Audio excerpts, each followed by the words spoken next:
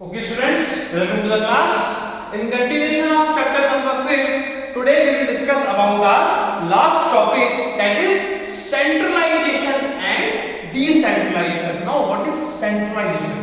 हमने यहाँ लिखा है powers in top level management कि वो ऑर्गेनाइजेशन जहां सारी जो डिसीजन मेकिंग पावर्स होती हैं वो टॉप लेवल मैनेजमेंट के पास ही होती हैं, उसे हम सेंट्रलाइजेशन कहते हैं। और दूसरा जो इसका मेन मीनिंग है working at one place. It means कि जहां कंपनी एक पर्टिकुलर प्लेस में ही रन हो रही है, वही सेंट्रलाइजेशन का जो आपका फॉर्मूला है वो इंप्लीमेंट हो सकता है। वन प्लेस मतलब कि हमने एग्जांपल लिया है कि XYZ लिमिटेड है, वो डील करते हैं इन टी शर्ट मैन्युफैक्चरिंग। क्या बनाते हैं? टी शर्ट्स बनाते हैं। कहां बनाते हैं? At new Delhi. New Delhi में XYZ लिमिटेड क्या बनाते हैं? टी शर्ट बनाते हैं। Supply of T shirt at around the country, और उस टी शर्ट को बेचते कहां है? पूरे कंट्री में बेचते हैं, but production at Delhi only. लेकिन उनका जो प्रोडक्शन हो रहा है वो सिर्फ न्यू दिल्ली में ही हो रहा है। से फॉर एग्जांपल कोई टी शर्ट मैन्युफैक्चरिंग कंपनी है, वो रोहिणी लगा लीजिए, दिल्ली में रोहिणी जो जगह है वहां चलती है। अब रोहिणी के अंदर अगर एक पर्टिकुलर प्लॉट है या एक पर्टिकुलर लैंड है जहां वो कंपनी चल रही है, उसका कोई दूसरा प्रोडक्शन यूनिट उस लोकेशन के बिना कहीं और नहीं है, तो कंपनी के जो ओनर हैं वो कहां बैठेंगे? उस पर्टिकुलर प्लेस पे बैठेंगे जहां वो कंपनी चल रही है, जहां टी शर्ट्स का मैन्युफैक्चरिंग हो रहा है।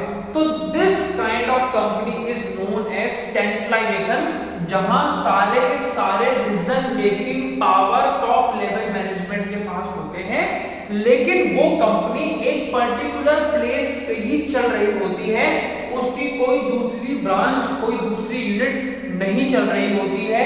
सारे के सारे डिसीजन वही लेने हैं। क्यों? क्योंकि कंपनी की जितनी भी प्रॉब्लम्स हैं उस पर्टिकुलर प्लेस पे ही अराइज होती हैं, और वो उस पर्टिकुलर प्लेस पे ही डिमिनिशिंग होती है। That is why this kind of company is known as centralization, where all the task of working job is being performed at a particular place. एक पर्टिकुलर जगह पे ही सारे के सारे काम हो रहे हैं। That is why this kind of company is known as centralised company, और this kind of process is known as centralisation.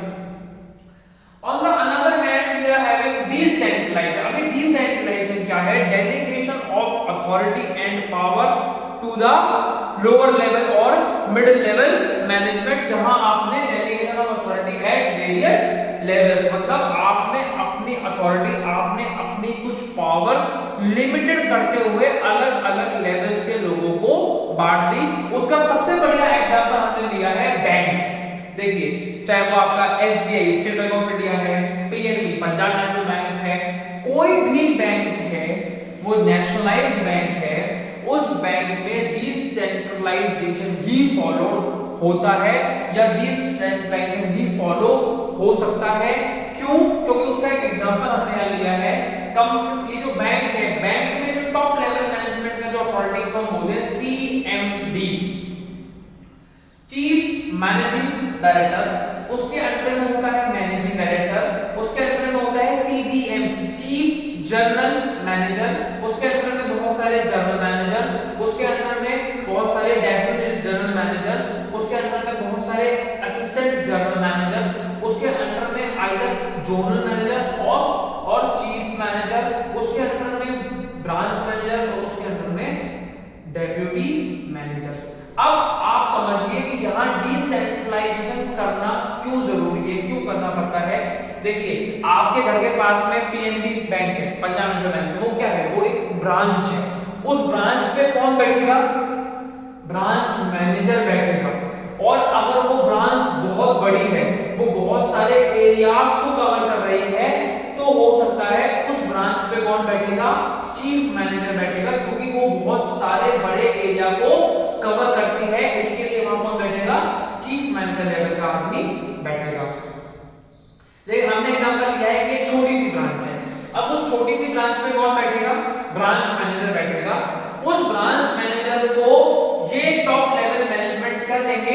Authority देंगे। क्या अथॉरिटी देंगे? सबसे बड़ी बैंक में जो ब्रांच मैनेजर का अथॉरिटी होती है वो होती है लोन पास करने की। अब वो लोन जो पास बैंक का ब्रांच मैनेजर कर सकता है उसकी भी एक लिमिटेड पावर है। क्या लिमिटेड पावर है? कि वो 5 लाख रुपीस से ज्यादा का लोन सैंक्शन नहीं कर सकता। क्यों नहीं कर सकता? क्योंकि उसको क्या हुई है, अथॉरिटी लिमिटेड मिली हुई है कि आप 5 लाख रुपए तक का तो लोन सैंक्शन कर दो, लेकिन उससे ऊपर का लोन सैंक्शन करने की जो पावर है या तो वो जोनल मैनेजर के पास है या वो चीफ मैनेजर के पास है। इट मींस चीफ मैनेजर के पास हो सकता है 10 लाख 20 लाख रुपीस तक के लोन सैंक्शन करने की पावर हो। उसके ऊपर बैठता है एजीएम, असिस्टेंट जनरल मैनेजर, जो हो सकता है 50 लाख रुपीस तक के लोन सैंक्शन कर सकता हो। अगर लोन उससे भी बड़ा है तो डीजीएम, डेप्यूटी जनरल मैनेजर, जो 1 करोड़ तक के लोन सैंक्शन कर सकता हो। लोन उससे भी बड़ा है तो वो फाइल कहां जाएगी? जनरल मैनेजर लेवल तक जाएगी, जहां लोन अमाउंट 5 करोड़ 10 करोड़ का हो। और उससे भी बड़ा लोन है, बहुत बड़ी इंडस्ट्री सेटअप हो रही है, रिलायंस है, रिलायंस को करोड़ रुपए चाहिए, सीजीएम, एमडी, सीएमडी, ये फाइल फिर यहां तक जाती है। तो ये एग्जांपल हमने क्यों लिया है? क्योंकि डिसेंट्रलाइजेशन में टॉप लेवल मैनेजमेंट अपनी कुछ पावर्स डेलीगेट तो करता है, लेकिन उनको रिस्ट्रिक्ट भी कर देता है कि आप इससे ज्यादा बड़े लेवल का डिसीजन नहीं ले सकते। That is known as decentralisation. अब इसके कुछ इंपॉर्टेंस है डिसेंट्रलाइजेशन के। पहला, develop initiative among subordinates, passing of authority at middle and lower level. क्या? Develop initiative. इनिशिएटिव मतलब होता है काम करने का स्टार्टिंग, मतलब हम कैसे काम स्टार्ट करें, अपने आप से कैसे किसी काम को स्टार्ट करें। तो डेवलप इनिशिएटिव अमंग सबऑर्डिनेट्स, आपके अंडर में काम कर रहे लोगों में इनिशिएटिव पावर को डेवलप करने के लिए आपको अपनी जो अथॉरिटी है वो डेलीगेट करनी होती है कि आप अपने लेवल पे भी कोई decision low. Passing of authority at middle and lower level. अगर आप इस बैंक में देखें तो टॉप लेवल मैनेजमेंट के अकॉर्डिंग उनका मिडिल लेवल कौन सा हुआ? उनका middle level GM, DGM, AGM और जोनल मैनेजर हुआ। और अगर हम बात करें लोअर लेवल की, उनके लिए ब्रांच मैनेजर और डेप्यूटी मैनेजर, ये क्या हुए? ये हुए उनके लोअर लेवल। तो टॉप लेवल मैनेजमेंट का काम क्या है?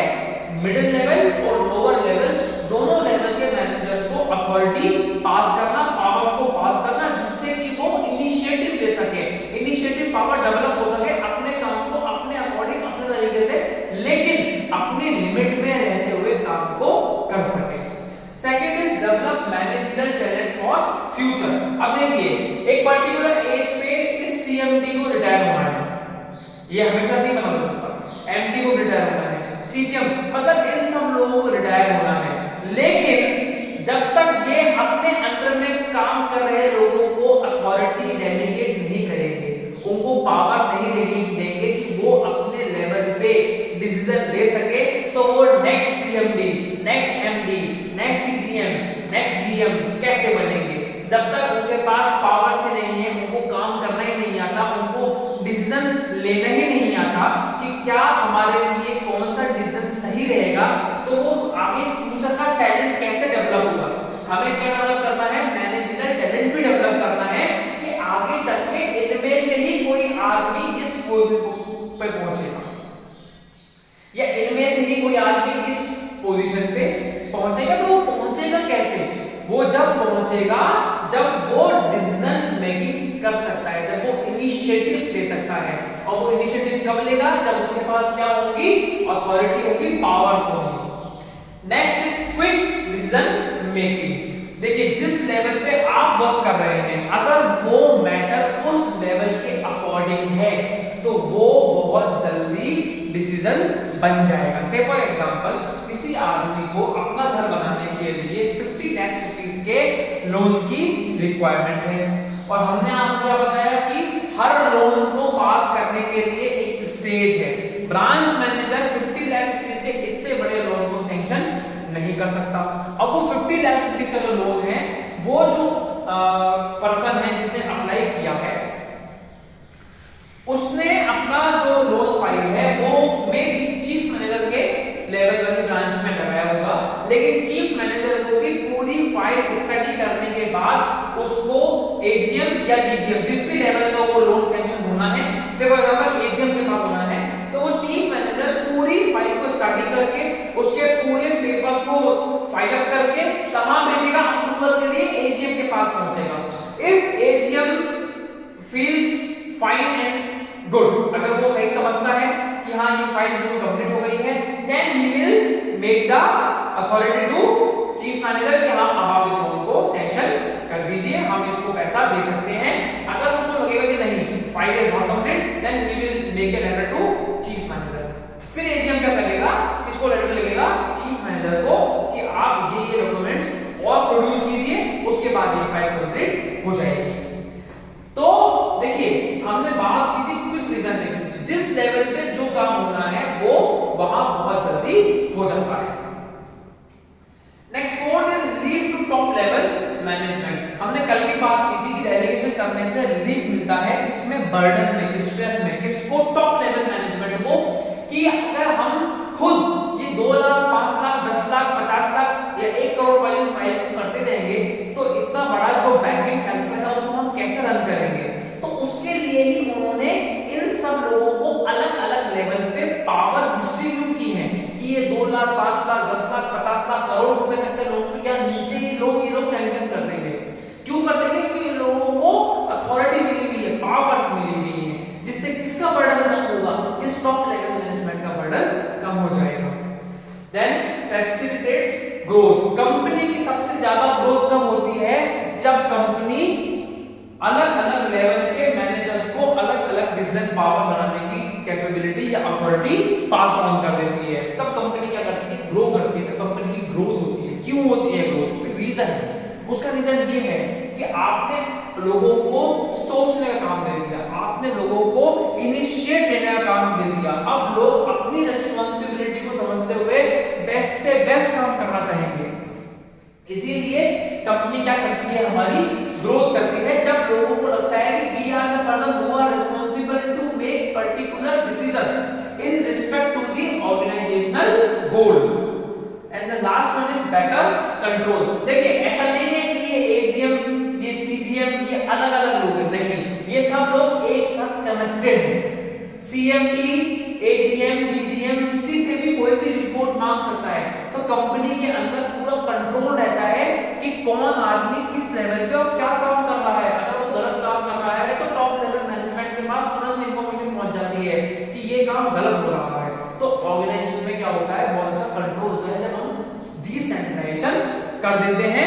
क्यों, क्योंकि हम अलग अलग लेवल पे लोगों को काम बांट देते हैं और वो लोग अपने लेवल पे काम कर रहे होते हैं, लेकिन सबका जो मेन ऑब्जेक्टिव है वो ऑर्गेनाइजेशनल गोल ही होता है।